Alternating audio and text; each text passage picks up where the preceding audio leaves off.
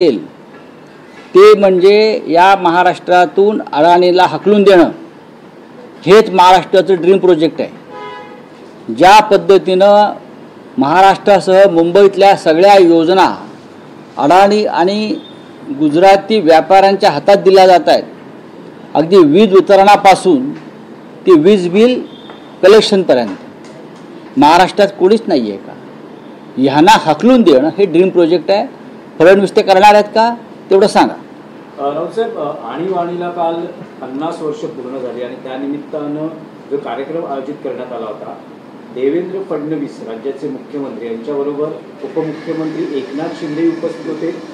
उपमुख्यमंत्री अजित पवारांनी कार्यक्रमाला उपस्थित राहणं टाळलं, पण शिंदेंचं असं म्हणणं आहे की बाळासाहेबांनी या आणीबाणीला सशर्त पाठिंबा दिला होता। लोकशाही मूल्य चिरडली जाणार नाही अशी ती अट होती आणि त्या अटीवरच बघा, एकनाथ शिंदे हे तेव्हा गोधडीमध्ये रांगत होते। आम्ही कॉलेज जीवनामध्ये होतो, आम्हाला जास्त माहिती आहे। वारंवार बाळासाहेबांकडून या गोष्टी आम्ही ऐकलेल्या आहेत। सशर्त बिनशर्त सोडून द्या। मुळात एकनाथ शिंदे यांनी हिंदुहृदय सम्राट बाळासाहेब ठाकरे यांचं नाव घ्यायचं थांबवलं पाहिजे। त्यांनी मोदी मंत्राचा जप केला पाहिजे, त्यांनी अमित शहा मंत्राचा जप केला पाहिजे। अमित शहानी त्यांना जी शिवसेना बिदागीत दिलेली आहे ती बिदागी ते सांभाळण्याचा प्रयत्न करतात, पण शिवसेनेच्या विचारांचा जो वारसा आहे तो त्यांना अजिबात पेलवणार आहे।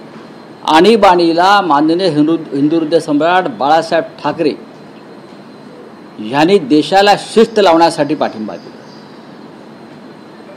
आणीबाणीमध्ये इंदिरा गांधींच्या 20 कलमी कार्यक्रमाला सुद्धा शिवसेना प्रमुखांनी पाठिंबा दिला।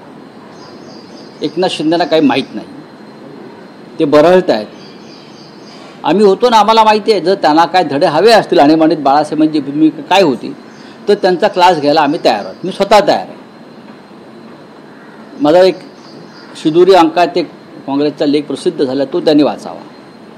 आणीबाणी काय होती, आणीबाणी सदृश्य परिस्थिती ज्यांनी निर्माण केली या महाराष्ट्र देशामध्ये, अराजक निर्माण करण्याचा प्रयत्न केला, ते आज दिल्लीत आणि महाराष्ट्रात सत्तेमध्ये आहे की ह्यांच्यामुळे इंदिराजींना आणीबाणी लावावी लागली। एक बहुमतातलं सरकार इंदिरा गांधींचं ते पाडण्यासाठी हे 40-50 खासदार विरोधी पक्षाचे, त्यात आजचे सुद्धा लोक आहेत, हे परकीय शक्तींच्या मदतीनं इथे ज्या कारवाया करत होते त्यासाठी इंदिरा गांधींना अंतर्गत सुरक्षेसाठी आणीबाणी लावावी लागली। हे अराजकवादी लोक होते आणि एकनाथ शिंदे आज त्यांच्याबरोबरच आहेत।